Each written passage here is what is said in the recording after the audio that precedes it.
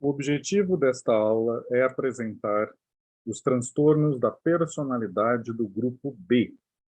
O primeiro transtorno a ser apresentado é o chamado transtorno da personalidade antissocial. As pessoas portadoras do transtorno da personalidade antissocial costumam ter um histórico de violação dos direitos dos outros. Muitas vezes, essas pessoas tendem a ser vistas como agressivas e até mesmo violentas, uma vez que elas buscam conseguir o que elas desejam, mesmo a despeito de ter de explorar outras pessoas, mesmo agindo de forma indiferente ao desejo e, como eu disse anteriormente, aos próprios direitos das outras pessoas. Por isso, as pessoas portadoras de transtorno da personalidade antissocial costumam mentir e enganar para poder obter aquilo que elas desejam.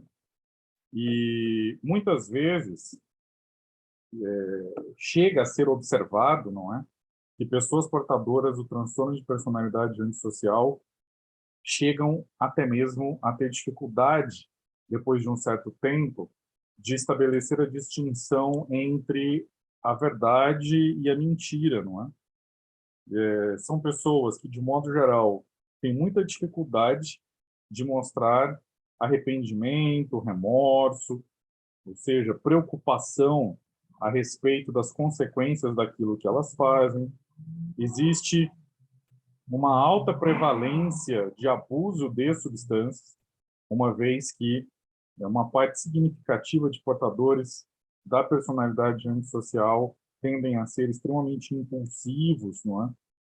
E a tendência é a de que o transtorno, à medida que o tempo vai passando, vá se tornando cada vez mais, ele passe a se agravar cada vez mais, principalmente nos aspectos de manipulação de outras pessoas, de enganar outras pessoas, e isso eventualmente acaba levando à infração das leis vigentes em diferentes culturas, não é? E tem uma discussão histórica, né, sobre as terminologias que vêm sendo empregadas, né, para descrever esse transtorno, e algumas pessoas tendem, inclusive, a usar como sinônimo de personalidade antissocial a psicopatia ou até mesmo a sociopatia, não é? E, no entanto, existem distinções importantes entre o transtorno da personalidade antissocial e a psicopatia. Eu vou, posteriormente, postar lá no Classroom um vídeo que traz uma distinção bastante importante entre transtorno de personalidade antissocial e psicopatia. Mas só para adiantar para vocês, aquilo que se chama, né, na classificação, digamos assim, clássica da psicopatia, de psicopatia primária e psicopatia secundária, o transtorno de personalidade antissocial, ele se assemelha muito na sua definição, de acordo com a Associação Psiquiátrica Americana, com a descrição da psicopatia secundária, né? Mas eu vou colocar o vídeo, essa videoaula que eu fiz sobre psicopatia, em que eu falo dessas distinções, né? Psicopatia primária, psicopatia secundária. Eu vou postar também lá no Classroom para vocês, tá bom? Vamos deixar um pouquinho de lado essa questão e vamos nos concentrar nos aspectos mais amplos, né, da questão do transtorno de personalidade antissocial, não é? Com relação aos critérios definidores, né, pessoal, existe também uma controvérsia na literatura, né? De modo geral, têm sido identificadas, né, como características da personalidade psicopática a atração superficial, uma inteligência preservada, inexistência de delírios ou outros sinais de pensamento irracional, ausência de ansiedade, nervosismo e de outras manifestações neuróticas, bem como ausência de confiabilidade, falta de veracidade e insinceridade, né? Ou seja, a pessoa não consegue distinguir, né, aquilo que é realmente verdade daquilo que é mentira, inexistência de remorso ou de vergonha, comportamento antissocial motivado inadequadamente, julgamento precário e incapacidade para aprender com experiência. Além, claro, tudo isso só podia desembocar, né, gente, em um egocentrismo patológico, óbvio, né? E uma incapacidade de amar outras pessoas, bem como uma insuficiência geral de expressão da afetividade, dentre outras coisas, né? Por outro lado, na década de 1970, né, em diante, o psicólogo canadense Robert Harry, aquele que desenvolveu o famoso checklist, né, um instrumento de avaliação da psicopatia, né, no Brasil é conhecido como PCLR, tá? Já foi traduzido e adaptado para a realidade brasileira, né?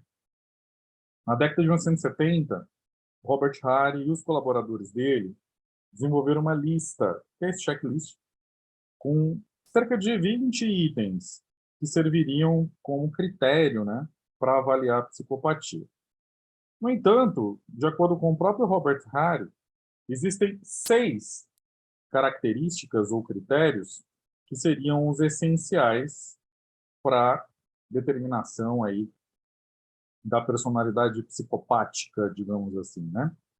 Seria um encanto superficial, uma volubilidade, ou seja, uma elação do humor que chega a encantar as demais pessoas, mas que é falso. É uma forma simplesmente de sedução, né? Existe também um senso exagerado do próprio valor, existe uma tendência ao tédio e uma necessidade de estimulação constante. Claro, né? A presença da mentira patológica, manipulação e chantagem, não é? E, evidentemente, a ausência de remorso, não é? Então, esse é um aspecto importante, né? Enquanto que o modelo tradicional de critérios diagnósticos apresentado pelo DSM-5, ele é focado em comportamentos específicos, né, que sejam observáveis e tudo mais, o modelo proposto pelo Robert Harry, ele está mais voltado nos traços de personalidade que estão subjacentes à expressão desses comportamentos, né? Então tem essa, digamos, essa distinção, né? Importante. E nós poderíamos dizer, portanto, com base, né, nessa discussão relativamente confusa que a literatura traz, que personalidade social e personalidade psicopática, né, a psicopatia, seriam transtornos que eventualmente seriam coincidentes, né, em alguns aspectos. No entanto, existem outros aspectos que não têm nenhum tipo de relação, né, entre essas duas características. Que elas acabam sendo semelhantes em muita coisa, mas muito distintas em outras, né? A chamada psicopatia dissocial, também conhecida como a psicopatia secundária, ela se incluiria mais dentro do transtorno de personalidade antissocial, e não da psicopatia propriamente dita, né? Então, tem muita questão para ser debatida sobre isso. Eu não gostaria de focar nisso agora, né? Eu gostaria que a gente se concentrasse nos critérios diagnósticos, tá? E como eu já fiz um vídeo falando bastante sobre essa distinção, então me parece que seria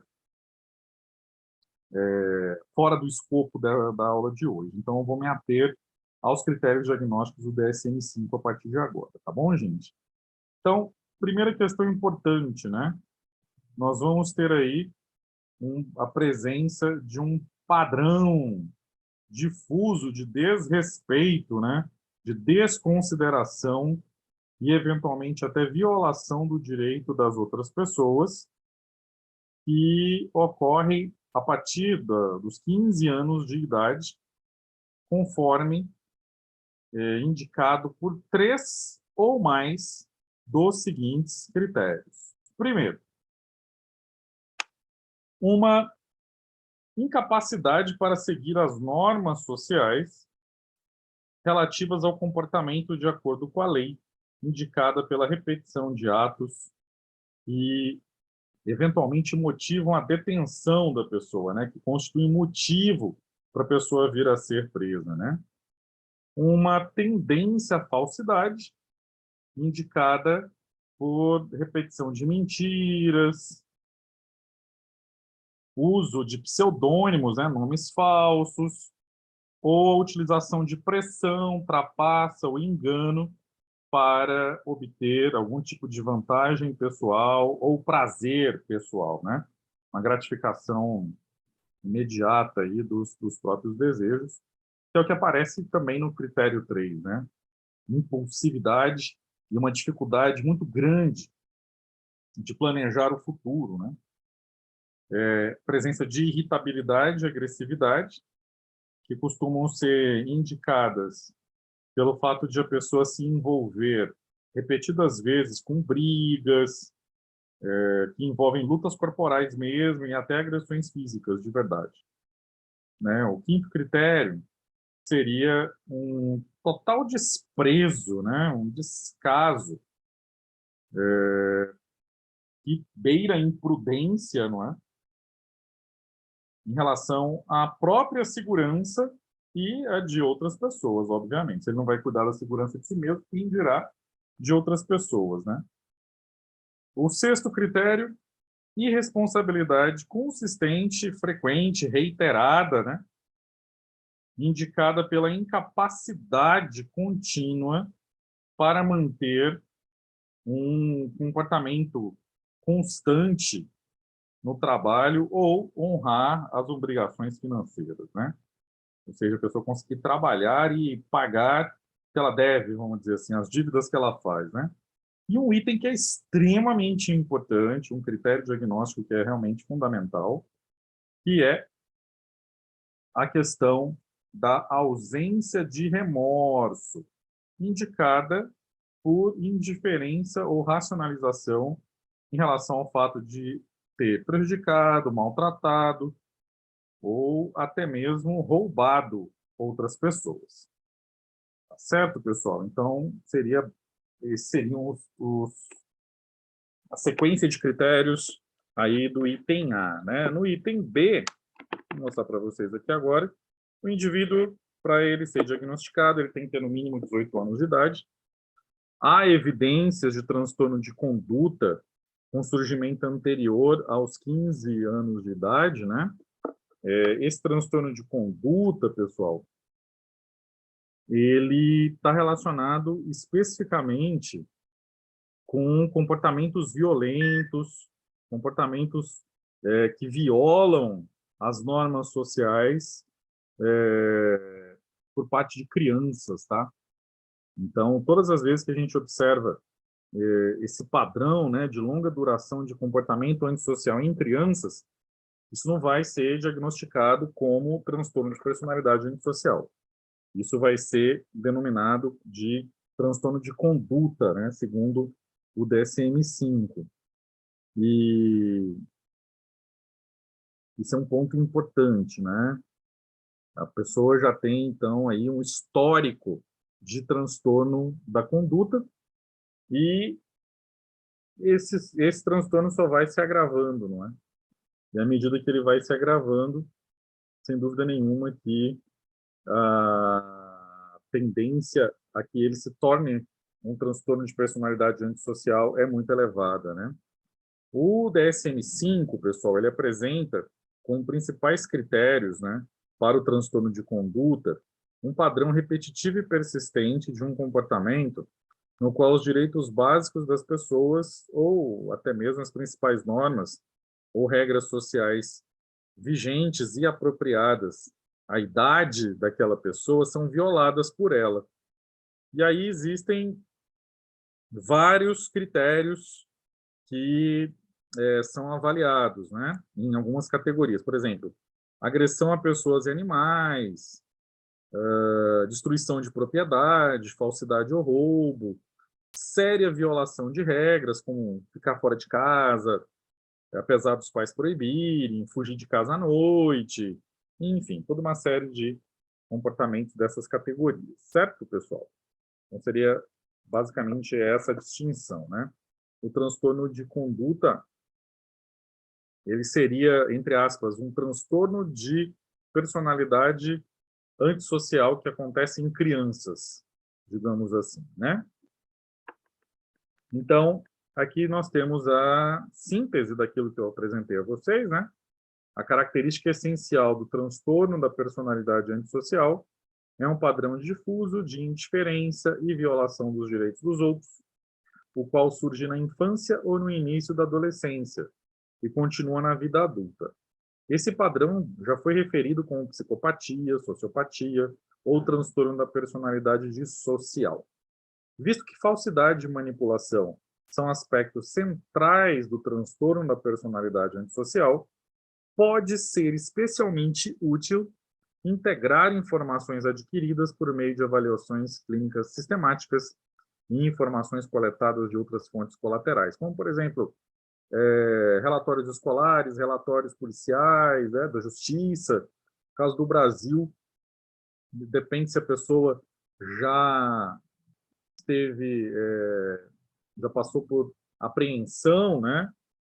E existe alguma documentação na justiça, enfim, tudo isso ajuda a compreensão do que está acontecendo aí com a pessoa. Tá bom? Aí depois ele estabelece uma distinção, né, entre transtorno de personalidade antissocial e transtorno da conduta. Já disse isso para vocês, né? Que para ser personalidade antissocial, a pessoa tem que ter no mínimo 18 anos. E o transtorno de conduta é para crianças e adolescentes. Então, aqui ele traz aquelas mesmas 4 categorias, né? Não vou me repetir em relação a isso. Tá certo, pessoal? Depois eu pedi para vocês lerem no DSM-5 o detalhamento, para vocês terem informações mais específicas. Certo, gente? Eu gostaria de passar agora, então, para o segundo transtorno do grupo B, que é o chamado transtorno da personalidade borderline. Existe, pessoal, muita, eu diria, uma mistificação em torno do transtorno da personalidade limítrofe ou borderline, tá? Sendo que a palavra-chave que definiria o transtorno da personalidade borderline seria instabilidade. Pessoas portadoras do transtorno da personalidade borderline são instáveis em vários aspectos, em várias esferas da vida e da manifestação e ou expressão das suas emoções, tá bom? E ele é extremamente comum. Para vocês terem uma ideia, na minha prática clínica privada, ao longo deste ano de 2021, cerca de, eu poderia dizer, não fiz um levantamento formal, mas lembrando assim, nesse momento, cerca de metade das minhas pacientes são portadoras do transtorno da personalidade borderline, e conversando com outros colegas, terapeutas, eles também me disseram que existe uma alta prevalência de pessoas portadoras da personalidade borderline entre os pacientes deles também, não é? Então, é um transtorno de personalidade muito comum. Segundo um estudo publicado em 2001 por Gunderson, a incidência seria em torno de 2 a 3% da população. Na verdade, a prevalência, não a incidência, né? A prevalência seria em torno de 2 a 3% da população, né? E a principal característica desse transtorno, como eu disse para vocês, seria justamente a instabilidade. Então, são pessoas que tendem a ter relacionamentos afetivos bastante tumultuados, com muitos altos e baixos. São pessoas que receiam muito serem abandonadas, têm dificuldade de controlar as próprias emoções.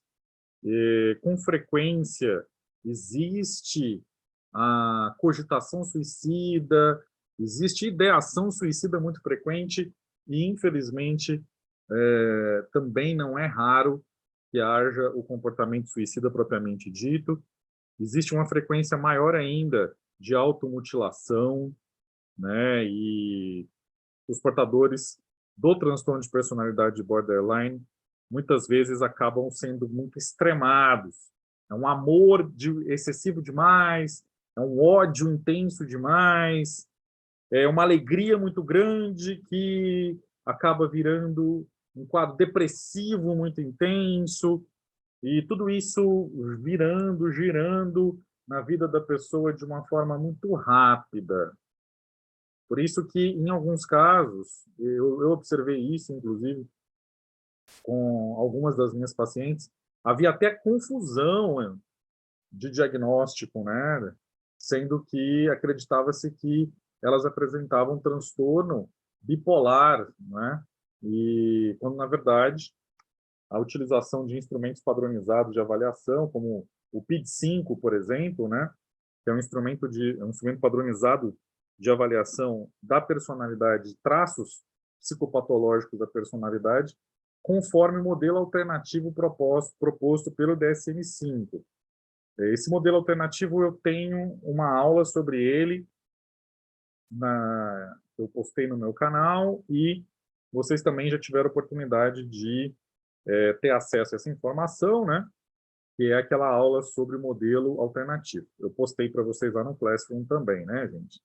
Então, basta vocês darem uma olhada lá. O PID-5 é um instrumento baseado naquele modelo alternativo, que permite uma avaliação mais refinada daqueles traços psicopatológicos da personalidade. Sai muito dessa subjetividade, muitas vezes, desses critérios diagnósticos do modelo tradicional do DSM-5, tá? E também eu gosto de utilizar uma entrevista padronizada, né, a DIB-R, que é uma entrevista extremamente interessante.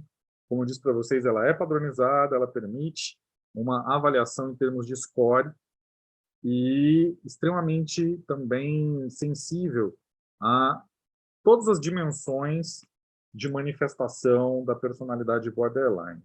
Então, as minhas pacientes só puderam ter uma certeza com relação ao diagnóstico, né, de personalidade borderline e não de transtorno bipolar a partir de uma análise clínica detalhada, a partir do momento em que elas passaram por essa avaliação de personalidade, né, tanto o PID-5 quanto a entrevista de BBR, e isso também em conjunto com as respectivas psiquiatras que estavam acompanhando o caso delas. Então, foi praticamente uma equipe multidisciplinar para se chegar finalmente a uma certeza sobre personalidade borderline, para vocês verem o quanto que não é simples realizar o fechamento desse tipo de diagnóstico, né? E aí, pessoal, o que que acontece? Uma coisa que é muito importante, que a impulsividade é outra característica muito importante da personalidade borderline, né? Uma dificuldade de se controlar, uma dificuldade de lidar com os impulsos. Então, é por isso que é muito frequente a automutilação, é muito frequente o comportamento, né, de tentativa de suicídio, como eu disse para vocês anteriormente, e esses comportamentos autoagressivos, eles tendem a ser formas de redução da tensão, né? Mas acabam colocando a pessoa numa situação de risco bastante grande, né, pessoal? Bastante grande, principalmente porque existe um tédio. Parece que as pessoas elas são tomadas por um tédio crônico, sabe? Tudo fica muito chato depois de um tempo. São pessoas que querem novidade e, ao mesmo tempo, se apegam a determinadas pessoas e o padrão de escolha de relacionamentos é irracional, não é?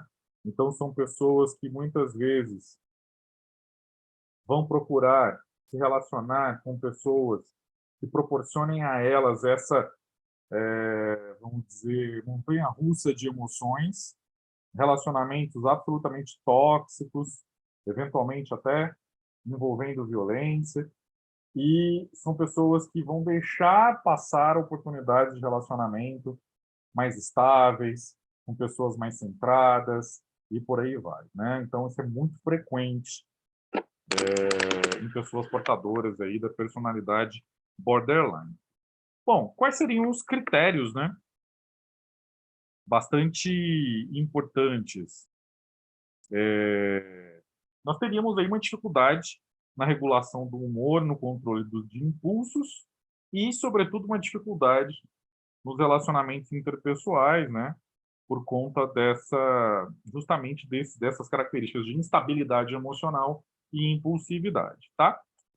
Como é que o DSM-5, já que o nosso tópico de aula é apresentar sinteticamente os critérios, né, diagnósticos para o transtorno de personalidade borderline, segundo o DSM-5, nós temos como critérios do modelo tradicional, né, um padrão difuso, recorrente, né, de instabilidade nos relacionamentos, né, interpessoais, ou seja, nas relações interpessoais, na autoimagem, nos afetos ou sentimentos, e impulsividade, gente, guarda isso. Ó. Falou borderline, gente, tem que lembrar dois termos: instabilidade e impulsividade. Se vocês guardarem isso, o borderline já está ótimo para vocês começarem a ter uma perspectiva do que é esse transtorno, tá? Então, essa impulsividade, ela costuma surgir no início da vida adulta e está presente em vários contextos, conforme indicado por 5 ou mais dos seguintes critérios. Então, temos aí iniciativas exageradas, né? Esforços desesperados para evitar o abandono, seja ele real ou imaginário, né? E aí tem uma observação importante que o DSM-5 coloca, que nesse critério 1 não se incluem o comportamento suicida e nem tampouco a automutilação, tá? Porque isso daí já é um critério independente. É o critério 5, tá bom? Segundo critério, um padrão de relacionamentos interpessoais instáveis e intensos, caracterizados pela alternância entre extremos de idealização e desvalorização. Aquilo que eu expliquei para vocês. A pessoa portadora do borderline vai procurar se relacionar com pessoas tóxicas, com pessoas que vão alimentar a montanha-russa de emoções que essas pessoas parecem precisar vivenciar. Então, não são bons relacionamentos, são relacionamentos que têm um lado passional muito forte, aí é o lado da idealização, então, principalmente na esfera sexual, né? Mas que, por outro lado, vai ter o componente de desprezo, vai ter o componente de abandono, vai ter o componente, muitas vezes, de rejeitar a pessoa portadora aí de borderline e, muitas vezes, até de explorar afetiva e sexualmente essa pessoa, e isso leva ao outro extremo, que é o ódio profundo, dizer que aquela pessoa não presta, enfim. Só que aí a pessoa fica oscilando entre esses dois polos, idealização e desvalorização, e não chega a uma perspectiva realista sobre o relacionamento. Certo, gente? Terceiro critério aí do DSM-5, uma perturbação do senso de identidade, né? A pessoa vai ter aí uma instabilidade muito intensa, né? Acentuada em relação à autoimagem, também persistente, né? Esqueci de falar, está escrito ali, né? Persistente em relação à autoimagem ou da percepção de si mesmo. Então, a pessoa não consegue se ver de forma realista, tá? Isso é um objetivo psicoterápico muito importante, inclusive, fazer com que a pessoa passe a ter uma visão realista sobre si mesmo, sobre os outros, sobre os relacionamentos. Isso daí é um objetivo terapêutico realmente indispensável no caso da personalidade borderline, viu, gente? Vou adiantar para vocês, com a minha experiência de tratamento, né, de pessoas portadoras de personalidade borderline, não é fácil, o prognóstico não é bom. E se você conseguir que essa pessoa, pelo menos, se controle mais em termos de impulso, comece a tomar decisões mais centradas na realidade, menos na emoção, na fantasia, e fazer com que a pessoa tenha uma perspectiva, né, uma visão sobre si mesmo e sobre os outros mais realistas, já é um ganho muito significativo, viu, gente? Já melhora demais a qualidade de vida da pessoa, né, do paciente. Bom, quarto item, que também é muito trabalhado, né, na psicoterapia, é a questão da impulsividade, né? E aí o DSM-5 cita essa impulsividade presente em pelo menos duas áreas potencialmente prejudiciais. E a gente vai ter ali compras, gastos, né, com compras, porque por que é prejudicial, gente? Porque a pessoa vai se endividar, a pessoa eventualmente vai ter problemas judiciais por conta disso, problemas até mesmo de relacionamento, né, por conta desses gastos excessivos. E na esfera da sexualidade, né, abuso de substâncias, né, consumo de drogas de abuso, condução de veículos de forma irresponsável, alimentação em excesso, né, compulsão alimentar e por aí vai. Mais uma vez, o DSM-5 pede para não incluir aí na impulsividade o comportamento suicida ou de automutilação, porque isso é um critério por si só, é o quinto critério, tá? Que é um comportamento suicida recorrente, presença de gestos ou ameaças, né, suicidas, ou a presença do comportamento de automutilação, viu? Sexto critério, instabilidade afetiva, devido à reatividade marcante do humor, né?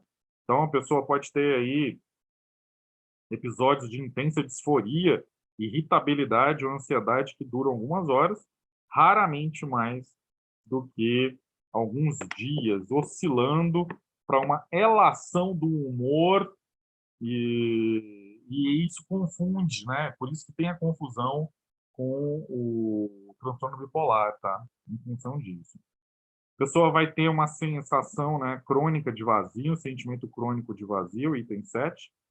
No item 8, a presença de raiva inapropriada e intensa e uma dificuldade muito grande para controlá-la, quer dizer, ou uma dificuldade muito grande para controlá-la. Então, a pessoa vai ter demonstrações frequentes de mau humor, raiva constante, eventualmente a pessoa vai se envolver até em brigas, né? Lutas físicas recorrentes.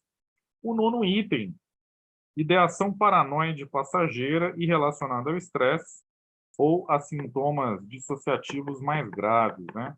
Mais intensos. Esses seriam os critérios específicos aí para o diagnóstico do transtorno de personalidade borderline. Eu vou sintetizar, eu não, né? Eu vou apresentar a síntese que a Associação Psiquiátrica Americana faz dessas características diagnósticas, para vocês fixarem bem essa informação. Então vamos lá, né, gente? A característica essencial do transtorno da personalidade borderline, também chamado de limítrofe, né, a tradução em português, é um padrão difuso de instabilidade. Lembra que eu falei? Primeira palavra para não esquecer do borderline, instabilidade, das relações interpessoais, da autoimagem e de afetos e de impulsividade acentuada. Segunda palavra que eu falei para vocês não esquecerem. Gente, falou borderline, vai lembrar do quê? Instabilidade e impulsividade. certo? Que surge no começo da vida adulta e está presente em vários contextos. Aí, a Associação Psiquiátrica Americana prossegue. Indivíduos portadores do transtorno da personalidade borderline tentam de tudo para evitar abandono real ou imaginado.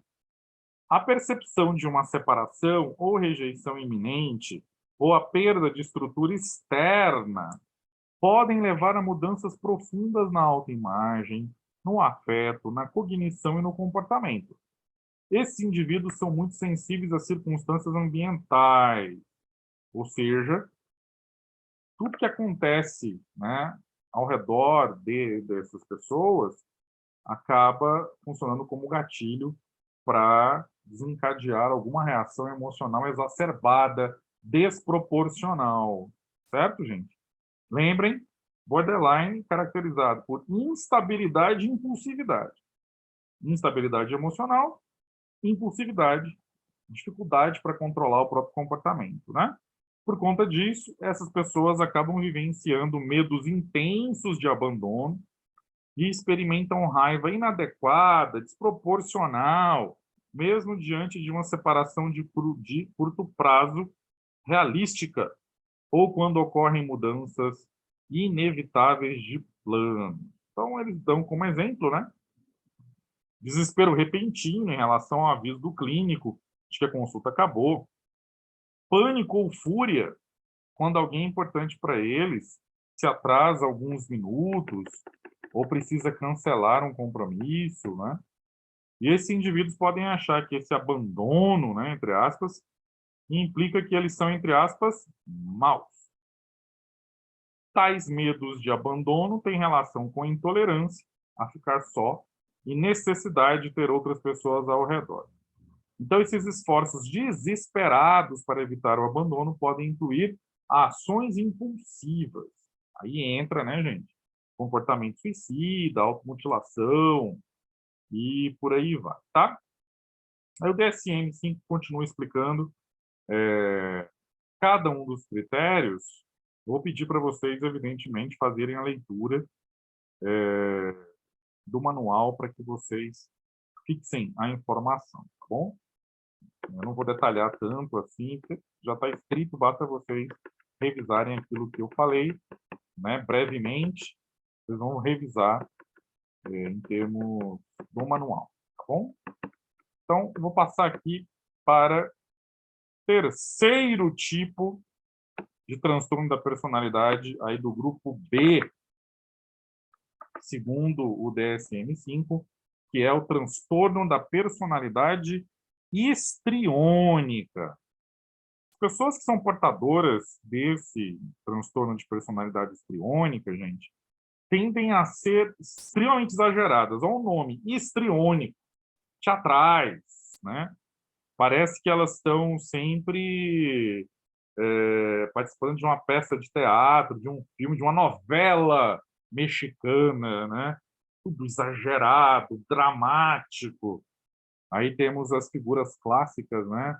Drama Queen ou Drama King, não é? Pessoas que são muito exageradas nas suas manifestações, né? Então, é até mais tranquilo em termos de identificação, né? Porque basta vocês observarem essas características de exagero, teatralidade e tudo mais, né? Então, como é que o DSM-5 estabelece os critérios diagnósticos para o transtorno da personalidade histriônica?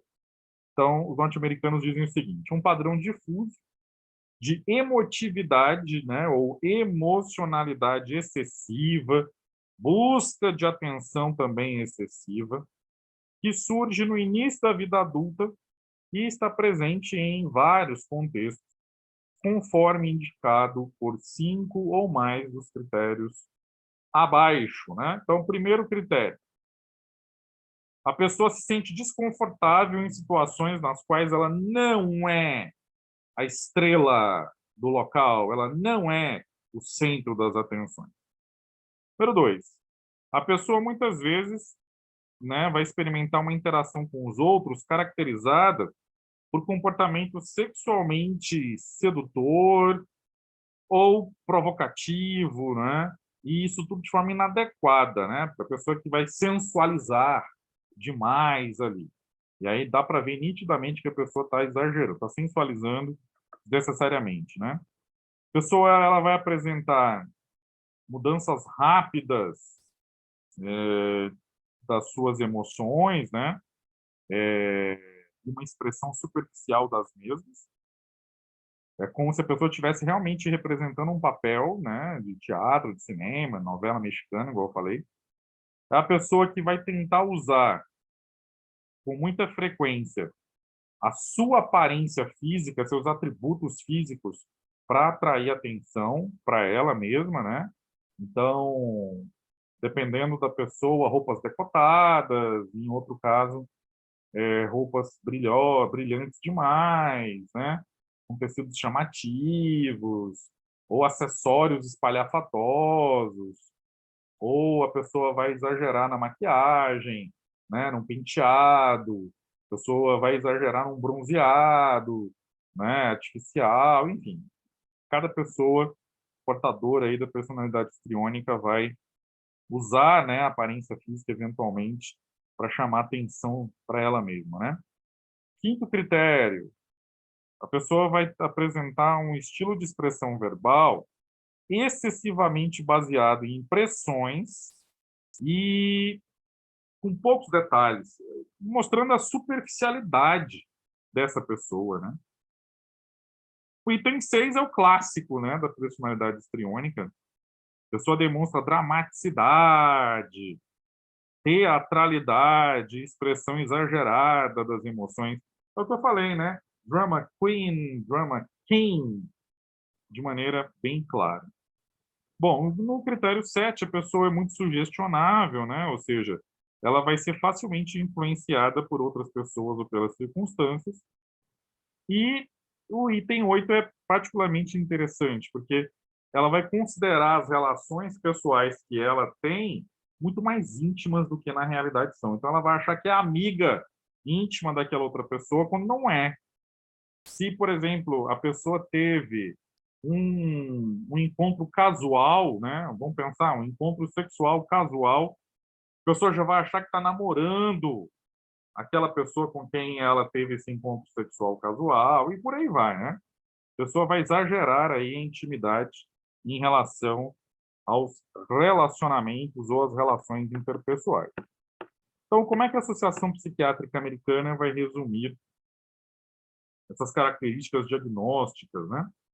Eles dizem o seguinte: a característica essencial do transtorno da personalidade histriônica é a emocionalidade excessiva e difusa e o comportamento de busca de atenção. Esse padrão surge no início da vida adulta, né? E ele está presente em vários contextos, como eu já disse para vocês. O mais fundamental é, gente, as pessoas querem ser estrelas. Essas pessoas querem ser o centro das atenções. Então, mais uma vez, eu pedi para vocês fazerem a leitura, faz parte aí, né, da atividade de aula. Então, vou pedir para vocês lerem o detalhamento que o DSM-5 faz dessas características diagnósticas para vocês fixarem as informações que eu apresentei de maneira mais ampla, né, digamos assim, tá? Vou passar agora para o transtorno da personalidade narcisista, gente. Vamos descer aqui rapidamente. Todo esse trechinho aqui vocês vão fazer a leitura, tá bom? Chegamos. Transtorno de personalidade narcisista, gente. O transtorno de personalidade narcisista, ele se refere à tendência de as pessoas, de uma certa maneira, exagerarem muito a sua importância, exagerarem muito as suas reais capacidades, né? É como se elas tivessem um senso exagerado de autoimportância e elas estão o tempo todo buscando também atenção, admiração para si mesmas, né? As pessoas portadoras desse transtorno de personalidade narcisista, elas possuem, portanto, gente, um senso irracional, desproporcional de alta importância, de grandiosidade e tal, e estão tão preocupadas com elas próprias que elas não têm a mínima sensibilidade, mínima empatia em relação às outras pessoas, né? Elas tendem a não se sentir à vontade, a não ser que alguém admire-as, né? Fique elogiando, prestando atenção e tudo mais, né? Então, essa pessoa é portadora do transtorno de personalidade narcisista tende a ter sensações exageradas, né? Fantasias de grandeza. Isso é chamado de grandiosidade, né? Pelo DSM-5. E elas precisam de atenção especial e elas vão exigir, na verdade, ter essa atenção especial nos vários contextos nos quais elas transitam, né? Nas várias esferas da vida delas. E numa superposição, né, ou sobreposição com o transtorno de personalidade antissocial, pessoas portadoras da personalidade narcisista tendem a usar outras pessoas ou até mesmo manipular outras pessoas visando a consecução dos seus próprios interesses ou objetivos, viu? Portanto, elas não vão ter muita empatia não, como eu falei para vocês. Elas podem se tornar pessoas muito invejosas, extremamente arrogantes até, e quando, de uma certa maneira, elas tomam consciência de que elas não estão se comportando em termos de realizações, né? Ou seja, as realizações que elas estão tendo na vida não são compatíveis com a crença de alta importância que elas se atribuem, elas acabam desenvolvendo quadros depressivos, né, gente? Quando elas percebem que, olha, eu não sou essa pessoa tão genial, tão maravilhosa, tão incrível quanto eu pensava, né? Então, como é que o DSM-5 ele vai definir, né? É um padrão difuso, né, global, de grandiosidade, em termos de fantasia e também de comportamento, necessidade de ser admirada e falta de empatia pelas outras pessoas, óbvio, né? Que surge no início da idade adulta e está presente em uma ampla variedade de contextos, né? Conforme indicado por 5 ou mais dos seguintes critérios. Então, primeiro critério, a pessoa possui um senso um senso grandioso, né? De alta importância. Então, a pessoa supervaloriza as conquistas, as realizações dela, né? Os talentos que ela acha que ela tem. E ela espera ser reconhecida como uma pessoa superior, sem que tenha feito qualquer coisa que esteja à altura dessa exigência de reconhecimento de superioridade, né? Então, essas pessoas estão constantemente preocupadas no critério 2 com fantasias de sucesso, né, ilimitado, poder, brilho intelectual, beleza física ou amor ideal, né? Tudo isso de forma ilimitada, né? Essas pessoas têm a crença irracional, aí no critério 3, né, de que elas são especiais e únicas e que só podem ser compreendidas por outras pessoas ou até mesmo instituições, né, que sejam especiais ou de status elevado ou condição elevada como ela própria, não é? Então, a ideia do gênio não reconhecido, da mulher belíssima que é fruto de alvo de inveja de todo mundo que não reconhece o talento dela porque ela é muito linda, etc. Tá? Quarto critério, essas pessoas precisam e exigem, né, uma admiração excessiva. No quinto critério, essa pessoa ela se sente numa posição superior, né, e por isso ela acha que ela possui direitos. Por exemplo, ela tem expectativas absolutamente irracionais e razoáveis de receber um tratamento especialmente favorável, ou que estejam automaticamente de acordo com as próprias expectativas, né? No critério 6, essas pessoas podem ser exploradoras em relação em relação aos relacionamentos, né? Em termos de relações interpessoais, ou seja, vai procurar tirar vantagem de outras pessoas para atingir as suas metas, né? Pessoa no critério 7 não tem empatia, tem muita dificuldade para reconhecer ou não tem disposição para reconhecer os sentimentos e as necessidades de outras pessoas. No item 8, inveja, gente. Olha só que interessante, né? A inveja é um critério diagnóstico de um transtorno de personalidade, né? Ou a pessoa vai sentir inveja, ou ela vai projetar isso nos outros, ou seja, ela vai dizer que os outros têm inveja dela. E, evidentemente, essa pessoa vai ter comportamentos ou atitudes bastante arrogantes e até mesmo insolentes, né? Desrespeitosas em relação a outras pessoas, porque o portador da personalidade narcisista se sente especial. Síntese das características diagnósticas segundo o DSM-5. A característica essencial do transtorno da personalidade narcisista é um padrão difuso de grandiosidade, necessidade de admiração e falta de empatia que surge no início da vida adulta e está presente em vários contextos.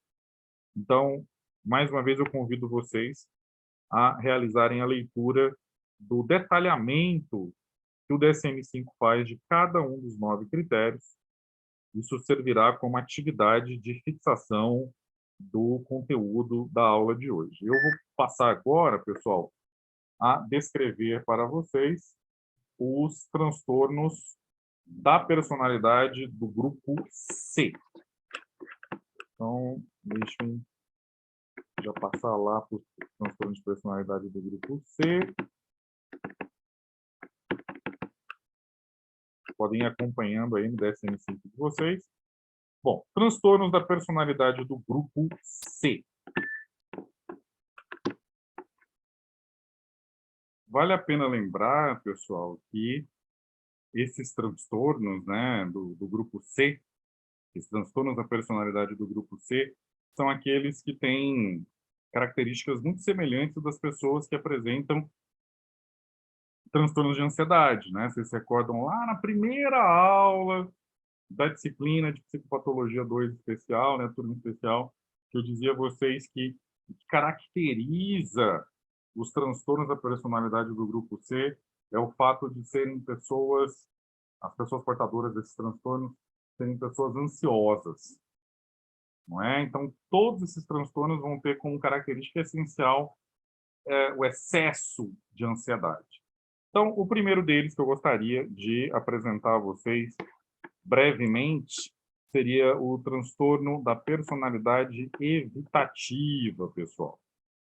Então, a principal característica aí do transtorno de personalidade evitativa é o fato de as pessoas se sentirem profundamente ansiosas nos relacionamentos interpessoais e terem um receio de serem eventualmente rejeitadas pelas outras pessoas, né? Então, eu vou passar direto para os critérios diagnósticos propostos pela Associação Psiquiátrica Americana, que diz o seguinte: trata-se, portanto, de um padrão difuso, global, né, de inibição social, sentimentos de inadequação e hipersensibilidade à avaliação negativa, né, as pessoas serem julgadas. E isso se inicia, gente, no início da vida adulta e está presente em vários contextos, conforme indicado, por 4 ou mais dos seguintes critérios. Então, primeiro critério importante aí do transtorno da personalidade evitativa. A pessoa vai evitar, por isso chama evitativa, né, gente? Evitar atividades ocupacionais que envolvam contato com outras pessoas, né, um contato significativo com outras pessoas, por medo de crítica, desaprovação ou até mesmo rejeição.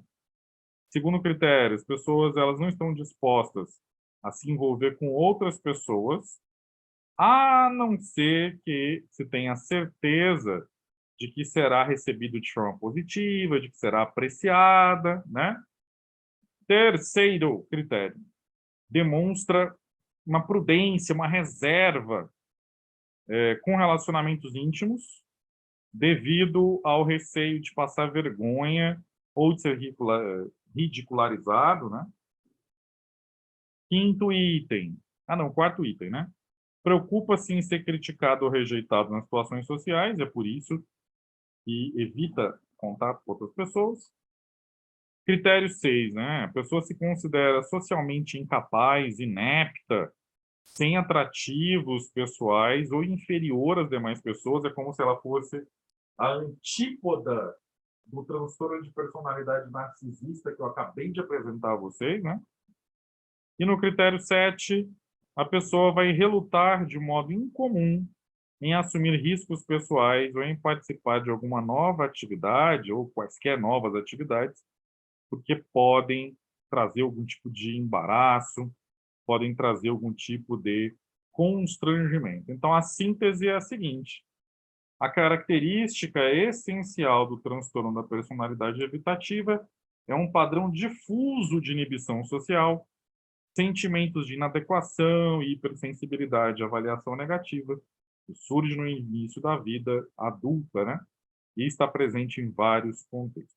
Então, mais uma vez, convido vocês a lerem os detalhes aqui no próprio DSM-5. Vou seguir agora para o transtorno da personalidade dependente, né? Relatar para vocês aí os critérios diagnósticos. Então, chegamos. Transtorno da personalidade dependente. As pessoas portadoras desse transtorno, pessoal, elas tendem a se apoiar em outras pessoas para tomar decisões, elas tendem a concordar com as outras pessoas quando a sua opinião, quer dizer, quando a opinião delas difere das outras pessoas, porque elas têm receio de eventualmente serem rejeitadas, elas têm o desejo de obter e manter relacionamentos de apoio, né, e suporte, que podem conduzir a, por exemplo, submissão, timidez, passividade, o medo de perder o relacionamento. E, nesse caso, existe uma semelhança, né? Vocês vão relembrar. Existe uma certa semelhança com os portadores do transtorno da personalidade esquiva, no que diz respeito à sensação de inadequação, sensibilidade a críticas, necessidade de confiança renovada, né? Só que vai ter uma diferença importante. No caso das pessoas com transtorno de personalidade esquiva, na resposta a esses sentimentos, elas vão evitar relacionamentos.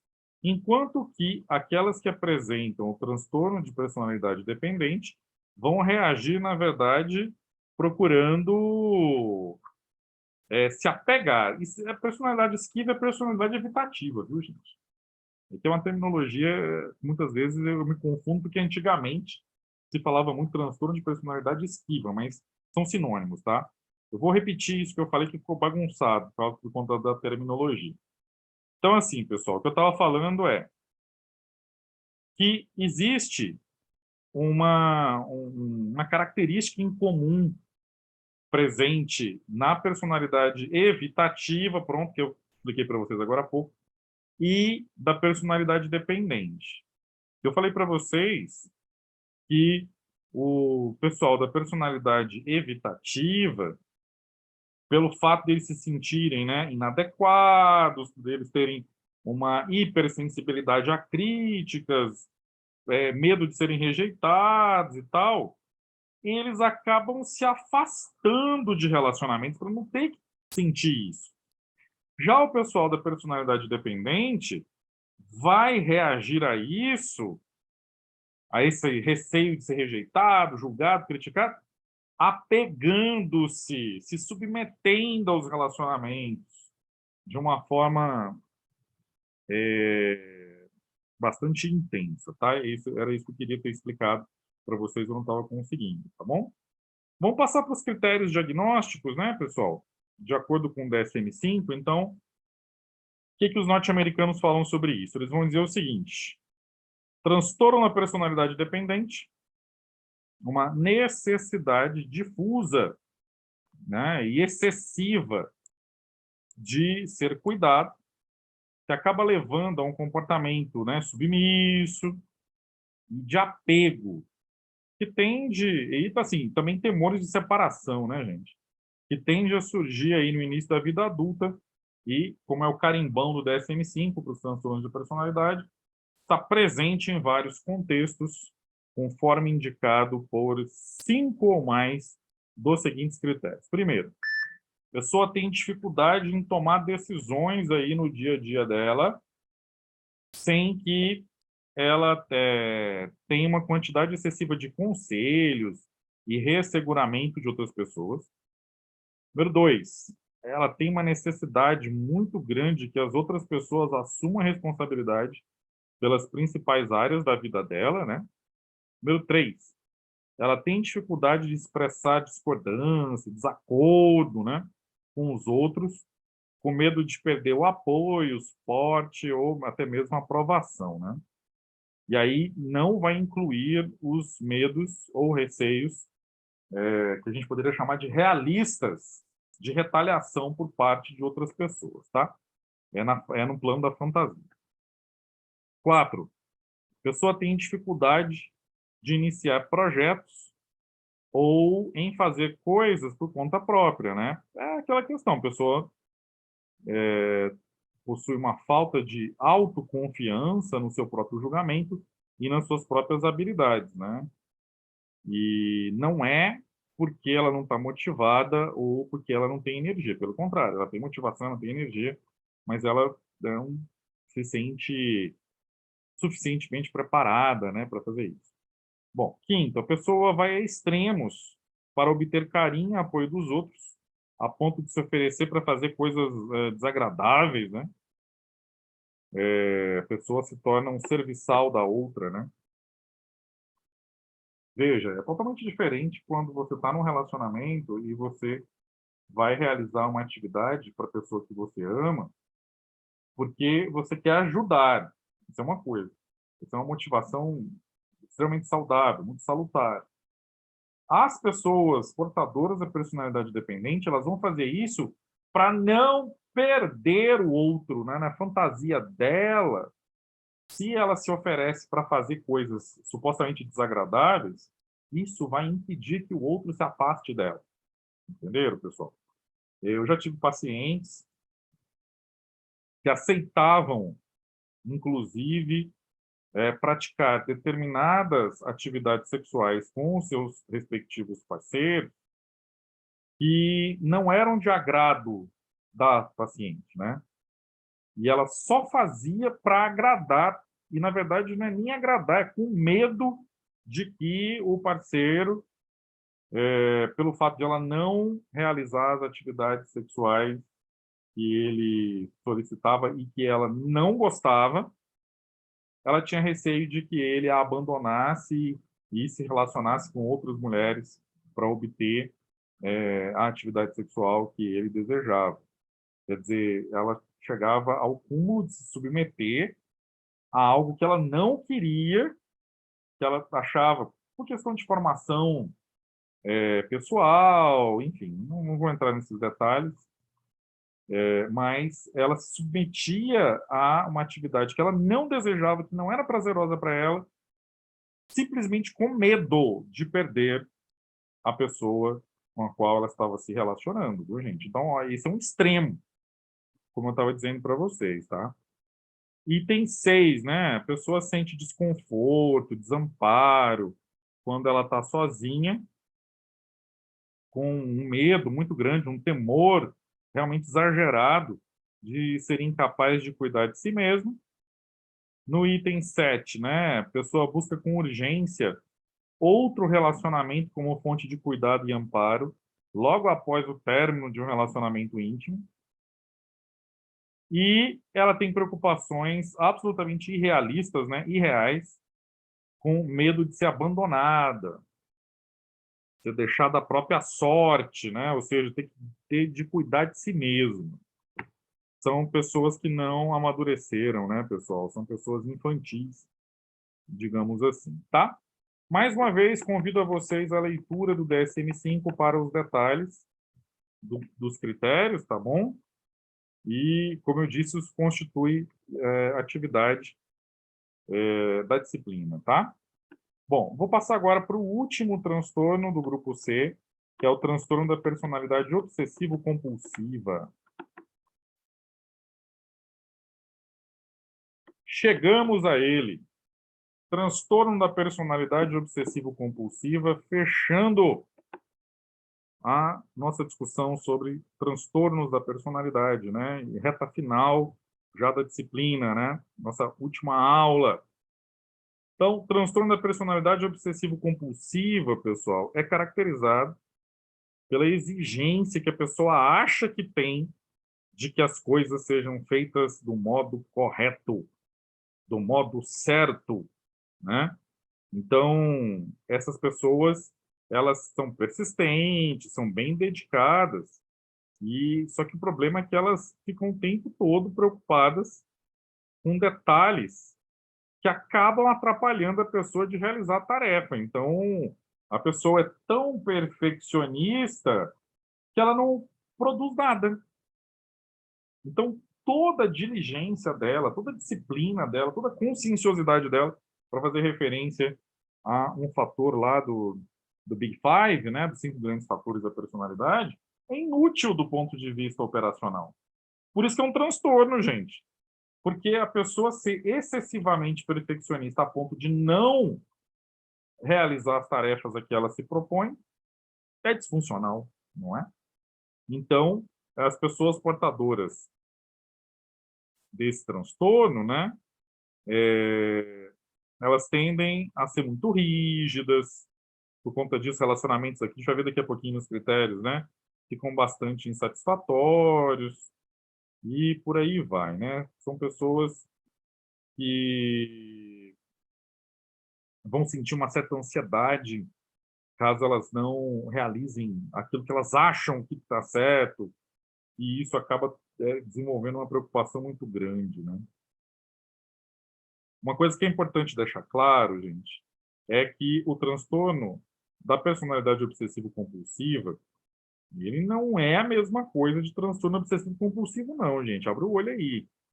Transtorno obsessivo-compulsivo é um transtorno de ansiedade, né? Então, assim, as pessoas portadoras do transtorno da personalidade obsessivo-compulsiva, elas não têm pensamentos obsessivos e nem tampouco comportamentos compulsivos, viu, gente? As pessoas, elas não vão ter pensamentos que são intrusivos, ou seja, que surgem sem controle no campo da consciência e que geram ansiedade. Não. Elas vão estar preocupadas com um conceito muito peculiar de que as coisas têm que ser feitas do jeito certo. Tá? Então é diferente. Né? Não confundam uma coisa com a outra, não, viu, gente? Vamos aos critérios diagnósticos, tá? Então, como é que a Associação Psiquiátrica Americana define transtorno da personalidade obsessivo-compulsiva? Trata-se de um padrão difuso de preocupação com ordem, perfeccionismo e controle mental e interpessoal, à custa de flexibilidade, abertura e eficiência, né? Que vai surgir no início da vida adulta e, mais uma vez, carimbo do DSM-5, está presente em uma variedade de contextos, conforme indicado por 4 ou mais dos seguintes critérios. Primeiro, a pessoa, gente, vai apresentar uma preocupação tão intensa com detalhes, né? São as regras, as listas, ordem, organização, horário e tal, que o principal aspecto da atividade, que é o objetivo dela, acaba sendo perdido, né? A pessoa não consegue realizar a atividade. No item 2, né? O perfeccionismo, ele interfere na realização da tarefa, né? A pessoa não consegue completar um trabalho, completar um projeto, porque os padrões que ela se propõe para realizar isso são muito rígidos, são muito elevados e, é óbvio, não são alcançados, né?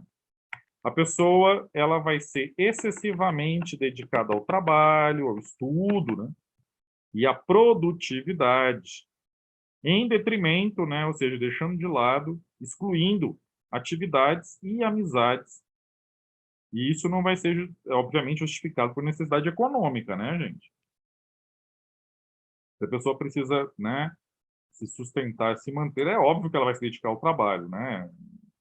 É sempre um exagero, é sempre lá disfuncional, tá? Bom, a pessoa é muito conscienciosa, por isso que eu falei da conscienciosidade lá dos 5 grandes fatores da personalidade, né? Em tese, são pessoas que pontuariam elevadíssimos scores de conscienciosidade no NEO-PIR, por exemplo, né? Então, são pessoas muito escrupulosas, inflexíveis a respeito de moralidade, ética, né? E valores. Isso não é explicado, claro, por identificação cultural ou religiosa. Não é uma obrigação da religião a qual a pessoa pertence, não é uma obrigação da cultura a qual a pessoa pertence. A pessoa faz porque ela acha que aquilo é para ser feito daquele jeito rígido. Certo, gente? Ela não está seguindo o dogma, ela está indo além. Vamos usar uma expressão antiga, ela é mais realista do que o rei. Certo? Ou seja, ela vai querer fazer aquilo de uma maneira ainda mais rígida do que a própria prescrição da religião, da cultura dela. 5, a pessoa assim é incapaz, né, de livrar-se de objetos usados ou sem valor, mesmo quando eles não possuem importância sentimental. Olha o risco aí para acumulação, né, gente? Que é os famosos acumuladores.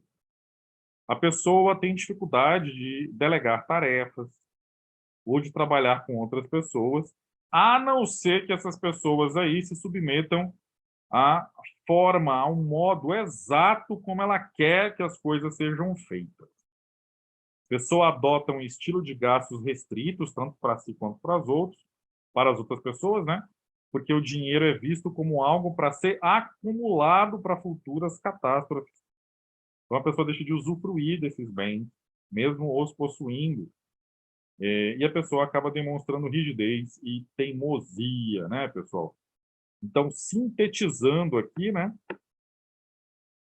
a característica essencial do transtorno da personalidade obsessivo-compulsiva é uma preocupação com ordem, perfeccionismo, controle mental e interpessoal, à custa de flexibilidade, abertura e eficiência. Esse padrão ele surge no início da vida adulta, né, e está presente em vários contextos. Mais uma vez, vou pedir para vocês fazerem a leitura dos detalhes, tá? Dos critérios diagnósticos propostos pelo DSM-5, para que vocês possam fixar essa informação. Tá certo, pessoal? Eu gostaria agora de fazer um grande resumão de tudo aquilo que nós estudamos, né, ao longo desse semestre. Vou fazer uma síntese disso tudo, tá bom?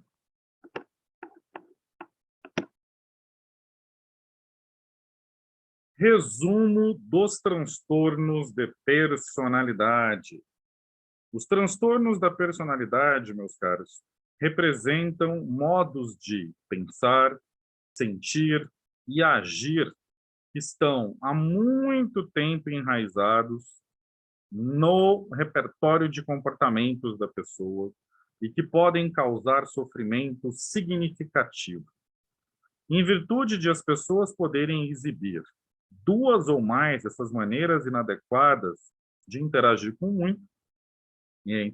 mundo, né, melhor dizendo, há muito desacordo a respeito de como classificar esses transtornos. No entanto, é possível realizar um resumo dos transtornos de personalidade. Então, meus caros, resumo de transtornos de personalidade conforme a classificação proposta pela Associação Psiquiátrica Americana na 5ª edição do seu Manual Estatístico e Diagnóstico de Transtornos Mentais e de Comportamento, famoso DSM-5. Transtornos da personalidade do grupo A. Os portadores do transtorno da personalidade paranoide são excessivamente desconfiados, suspeitam de outras pessoas sem justificativa, Eles tendem a não confiar nos outros e acham que outros irão prejudicá-los. Os portadores do transtorno da personalidade esquizoide têm um padrão de distanciamento dos relacionamentos sociais e um conjunto muito limitado de emoções nas situações interpessoais. Eles parecem frios e indiferentes em relação a outras pessoas. Os portadores do transtorno da personalidade esquizofrênica, também chamada de esquizotípica, normalmente mantêm o isolamento social e comportam-se de maneira incomum. Além disso, tendem a ser desconfiados e a possuir crenças estranhas sobre o mundo. Transtornos da personalidade do grupo B. Os portadores do transtorno da personalidade antissocial possuem histórico de descumprimento das normas sociais. Eles executam ações que a maioria das pessoas consideraria inaceitável. Tendem a ser irresponsáveis, impulsivos, mentirosos e, eventualmente, não demonstram nem sequer remorso, nem tampouco empatia pelas demais pessoas na busca dos seus próprios objetivos.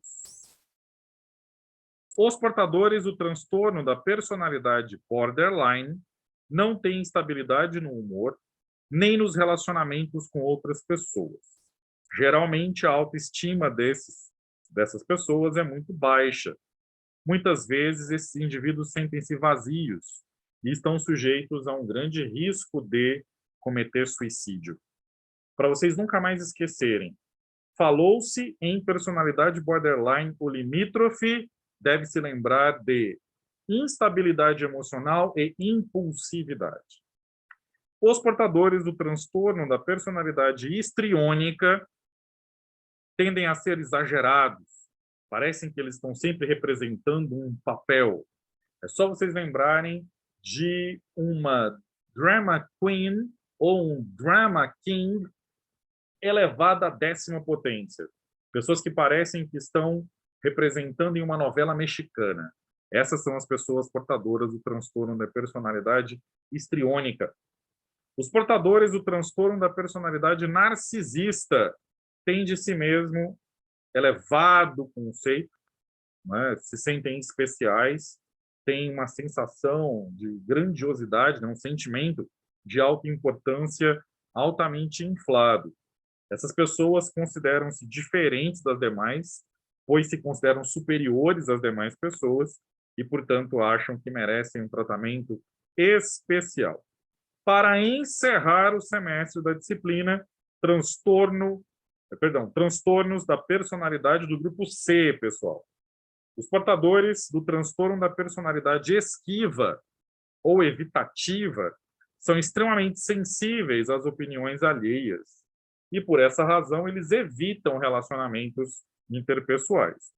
A autoestima é extremamente baixa e o medo de rejeição fazem com que essas pessoas rejeitem a atenção que, eventualmente, os outros vão dedicar a elas, não é? Os portadores do transtorno da personalidade dependente apoiam-se em outros indivíduos a ponto de permitir-lhes tomar decisões. Isso resulta em um receio irrealista, irracional de ser abandonado. Os portadores, finalmente, do transtorno da personalidade obsessivo-compulsiva são caracterizados pela ideia fixa de que as coisas têm que ser feitas sempre de um jeito certo. Essa preocupação com detalhes impede essas pessoas de completar grande parte da tarefa delas, ou seja, essas pessoas acabam se comportando de forma extremamente irracional e disfuncional, não é? Então, meus caros, esse foi o resumo dos transtornos de personalidade que eu apresentei a vocês na disciplina de psicopatologia especial, psicopatologia 2, turma especial. Eu recomendo a leitura do DSM-5 e também recomendo a leitura da CID-11. Coloquei para vocês o link na aula sobre CID-11. para vocês poderem fazer a comparação entre os critérios diagnósticos apresentados e verem o quanto a CID-11 atualmente se encontra distinta das categorias diagnósticas apresentadas no DSM-5. Desejo a todos vocês bom final de semestre, bons estudos, meus caros.